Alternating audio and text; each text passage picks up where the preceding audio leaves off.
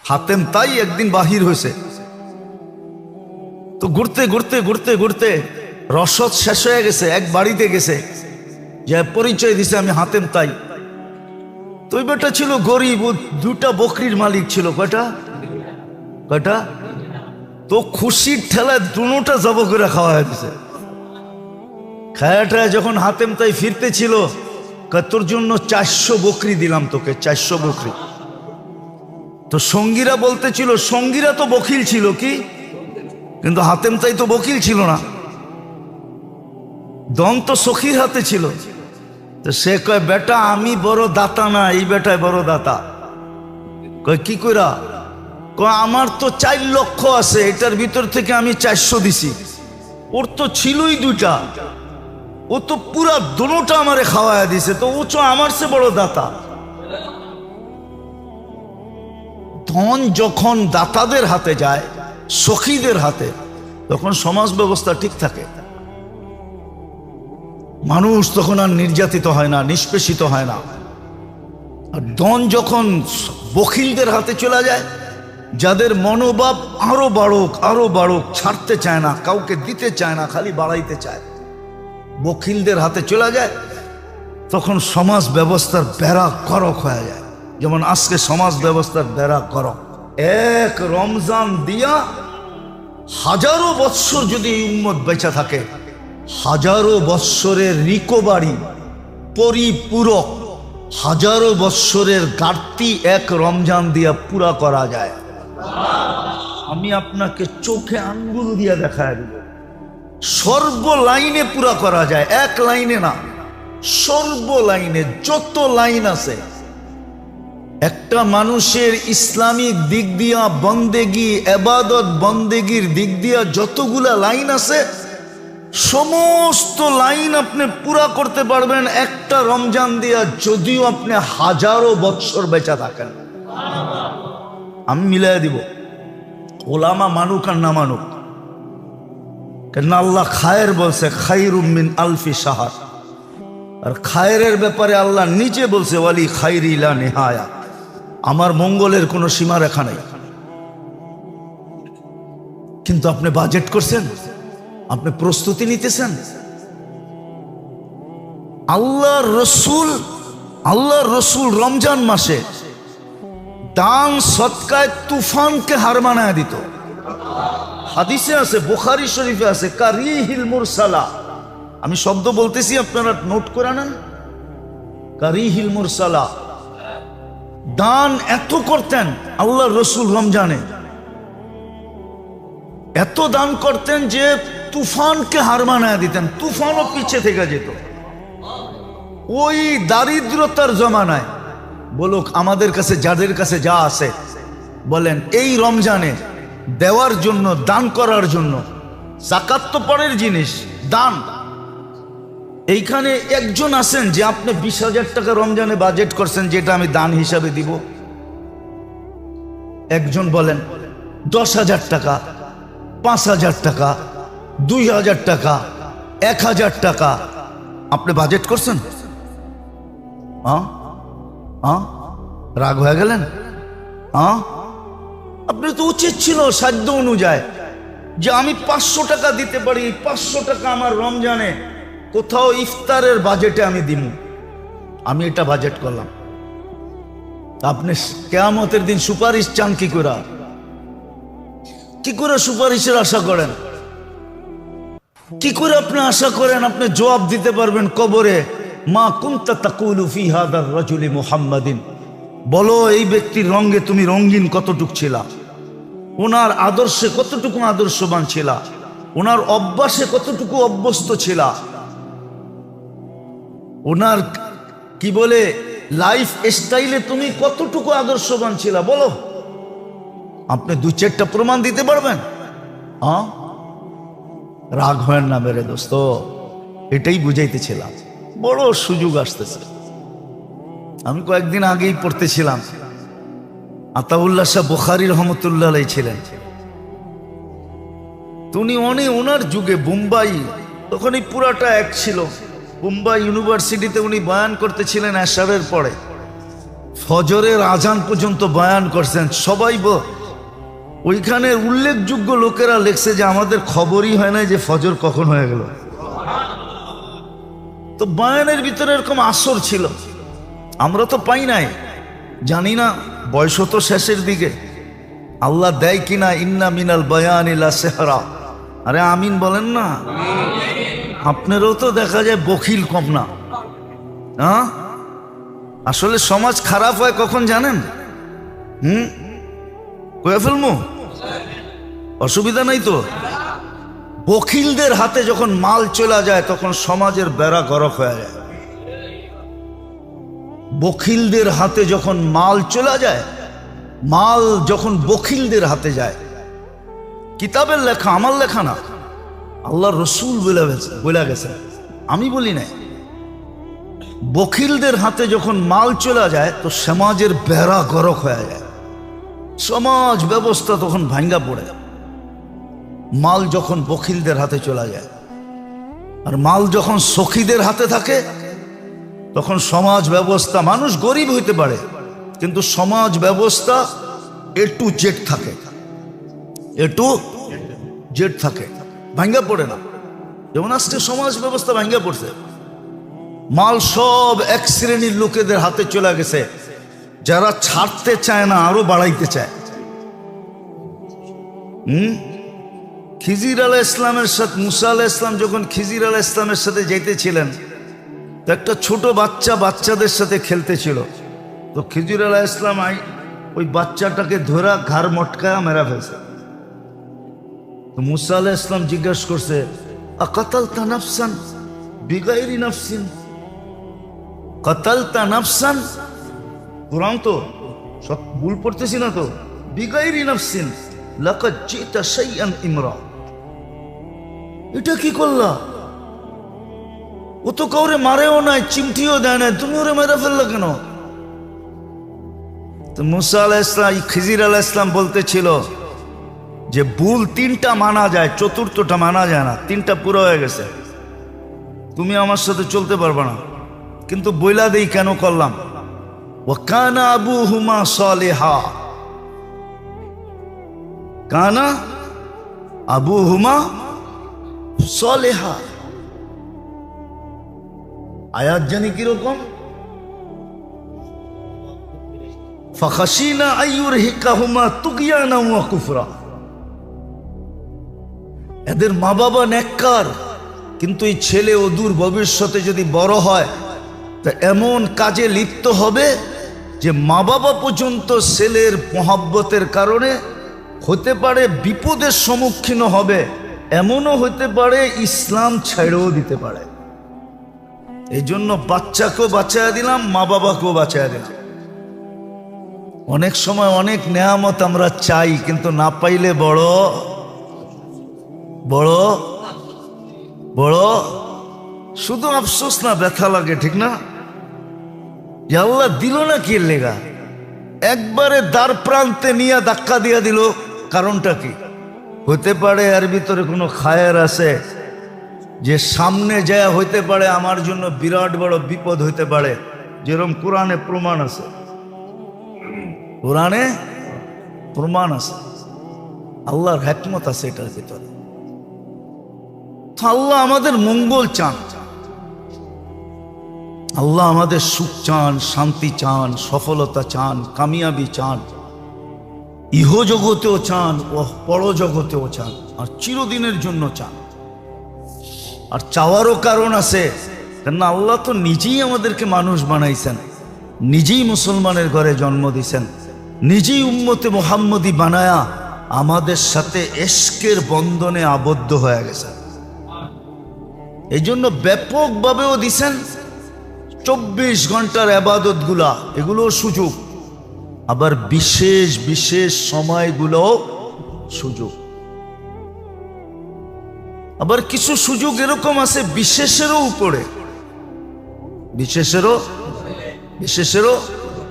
যেমন রমজান সামনে আসতেছে, আশা করি আগামী শুক্রবার প্রথম রোজা হবে বা বৃহস্পতিবার।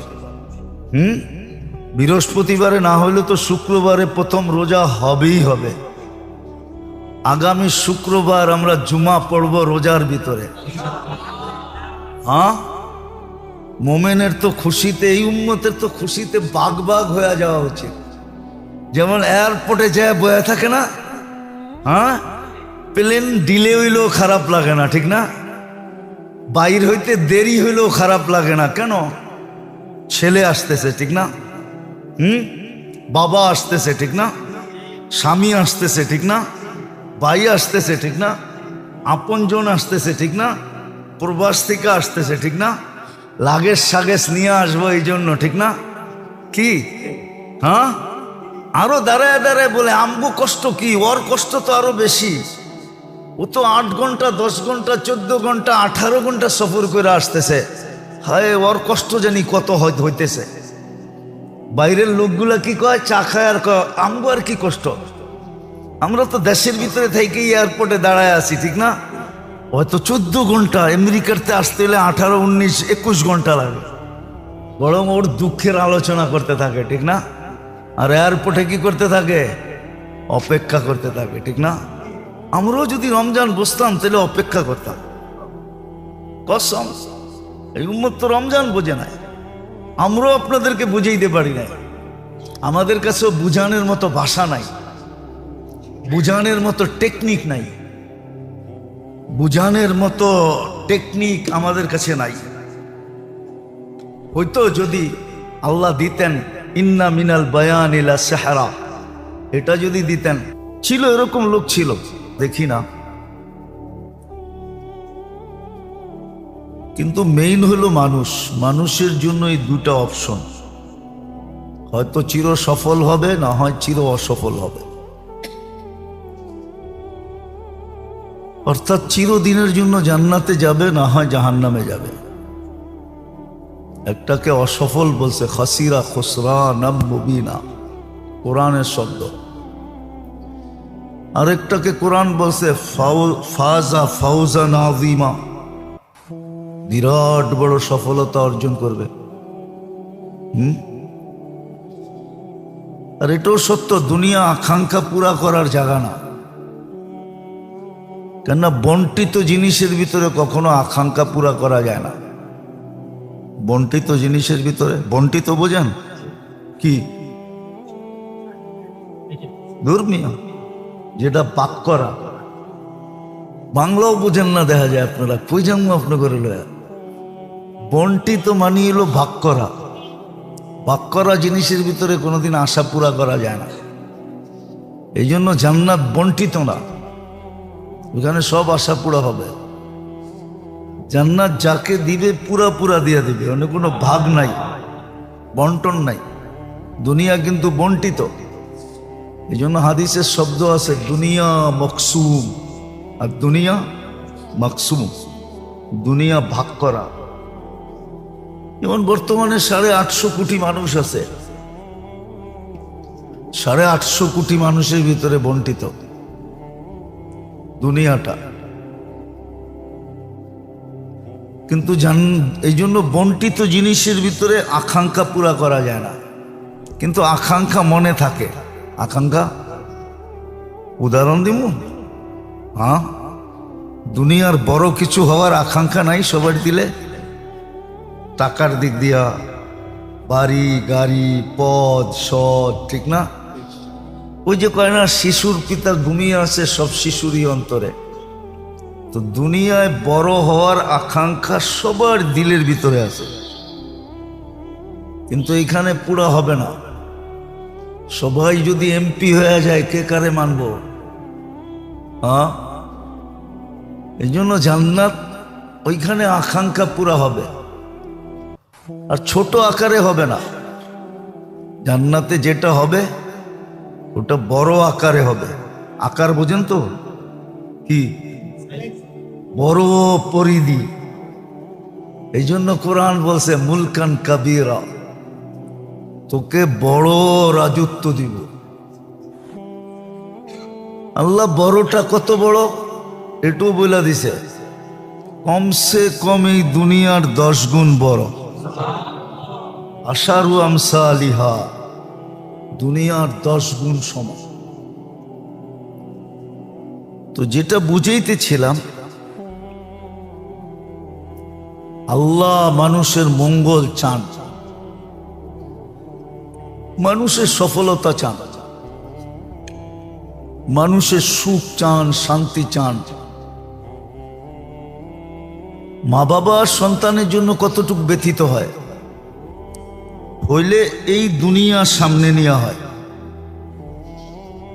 খুব কম মা বাবা পাবেন, এইখানেও যারা বসে আছেন সন্তান আছে, কম লোক পাওয়া যাবে, একজনও পাওয়া যাবে কিনা জানি না, যে ডেলি আফসোস করে হায় আমার সন্তান জান্নাত পাইল কিনা। এরকম আফসোস শুধু একজনও এখানে করে কিনা জানি না। করেন? একজনও নাই এখানে। সারা দেশে খুঁজলে পাওয়া যাবে কিনা সন্দেহ আছে, যে ডেলি চিন্তা করে আমার সন্তান আখেরাত পাইল কিনা, জান্নাত পাইল কিনা।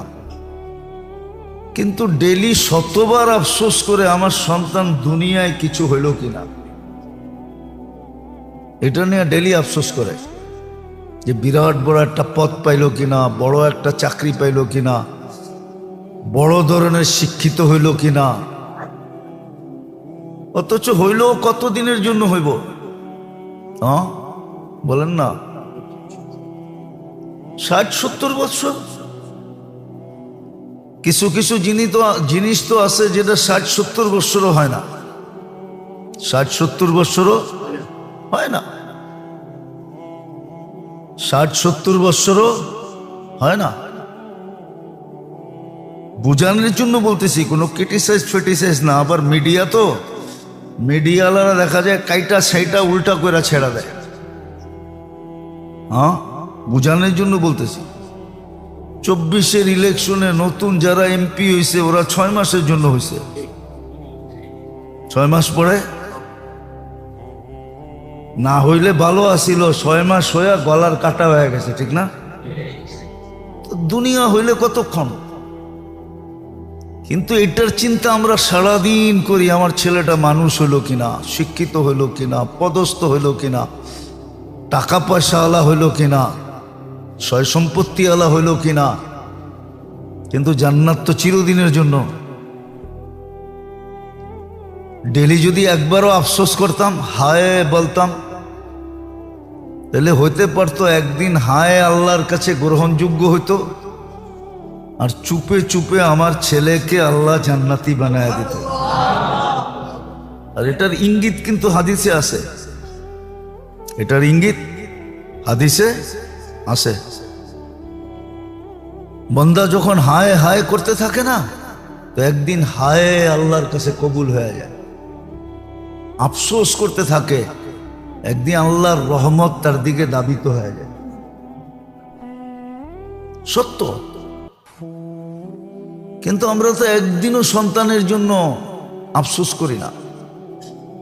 দুনিয়া নিয়ে ডেলি আফসোস করি, ভালো জায়গায় বিয়া দিতে পারলাম না, একটা ভালো ঘর পাই কিনা, বিয়ে শাদীর থেকে নিয়ে সবকিছুর ভিতরে আফসোস করতে থাকি। কিন্তু আমার সন্তানের জান্নাত নিয়ে তো আমি আফসোস করি না, আখেরাত নিয়ে আফসোস করি না, দুঃখ প্রকাশ করি না। সব বাদ দিলাম, এমনকি সারা দিনে একবারও তো দোয়া করি না। কোরআনে তো দোয়া শিখাইয়া দিছিল, কোরআনে তো আল্লাহ দোয়া শিখাইছিল, আল্লাহুম্মা জাল আসওয়াজানা, আয়াত জানি কেমন, হ্যাঁ, হাবলানা মিন আসওয়াজিনা ওয়া যুররিয়াতিনা কুররাতা আয়ুনিন ওয়াজআলহুম লিল মুত্তাকিনা ইমামা। কোরআনে তো দোয়া শিখাইয়া দিছিল আল্লাহ, যে ছেলে সন্তানের জন্য ডেলি এই দোয়া করো। যেমন মা বাবার জন্য দোয়া শিখাইয়া দিছিল কোরআন, যে সন্তান মা বাবার জন্য কি দোয়া করবে, জীবিত থাকলেও করবে, মরা গেলেও করবে। আমরা তো খালি মরা গেলে করি, জীবিত মা বাবার জন্য তো দোয়া করি না। করেন? আবার ইমাম সাহেব পড়লে সবাই মনে করে এটা মুর্দার জন্যই করতেছে, ঠিক না? আসলে ওইখানে মুর্দা সুরদা কিচ্ছু লেখা নাই। দেখেন কোরআন উঠান, ওয়াকুর রব্বির হামহুমা কামা রব্বায়ানি সগীরা। এটা জীবিত মা বাবার জন্য করা যায়, যারা চলে গেছে তাদের জন্য করা যায়। আবার আল্লাহর সিস্টেম দেখেন, আমরা সন্তানের আখেরাত নিয়ে হায় বলি না, তো সন্তানও আমাদের জন্য ডেলি এই দোয়া করে না। আল্লাহ বলে, তোরা যখন শয়তান সন্তানের আখেরাত চিন্তা করস না, তো সন্তান তোকে আখেরাত চিন্তা করবে কেন? তা আল্লাহ এটাও বুলাইয়া দিছে। কথাগুলা সূক্ষ্ম হইলেও কিন্তু বুঝার মতো। এই জন্য সন্তানও আমাদের জন্য দোয়া করে না।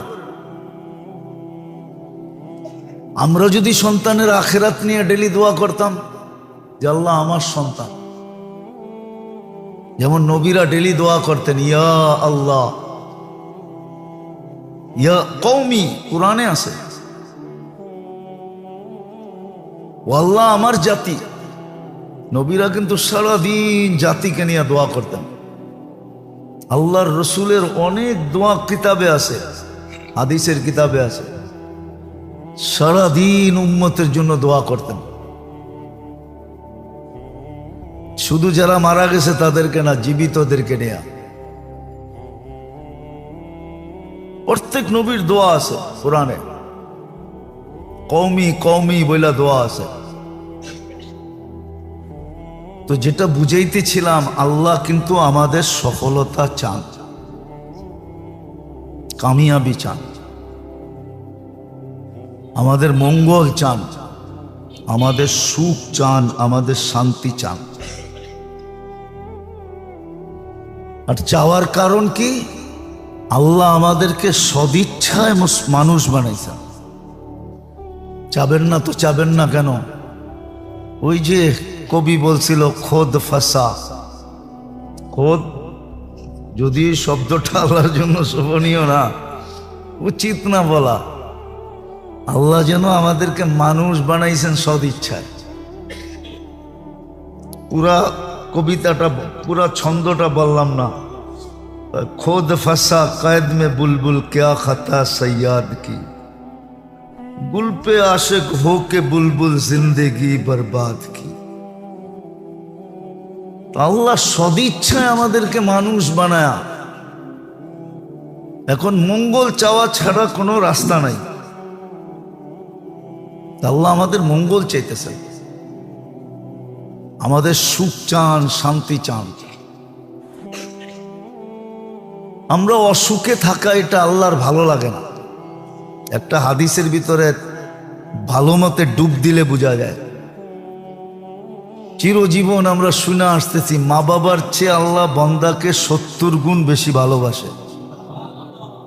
শুনে আসতেছেন না? তো মা বাবা যখন সন্তানকে অসুখে দেখতে পারে না, সইতে পারে না, তো আল্লাহ বান্দার অসুখ চাই কি করে, অশান্তি চাই কি করে? আল্লাহ তো চাইতে পারে না। হাদিসের আলোকেও বোঝা যায়, আল্লাহ বান্দার অসুখ চান না, অশান্তি চান না। বান্দা সুখ চান, শান্তি চান।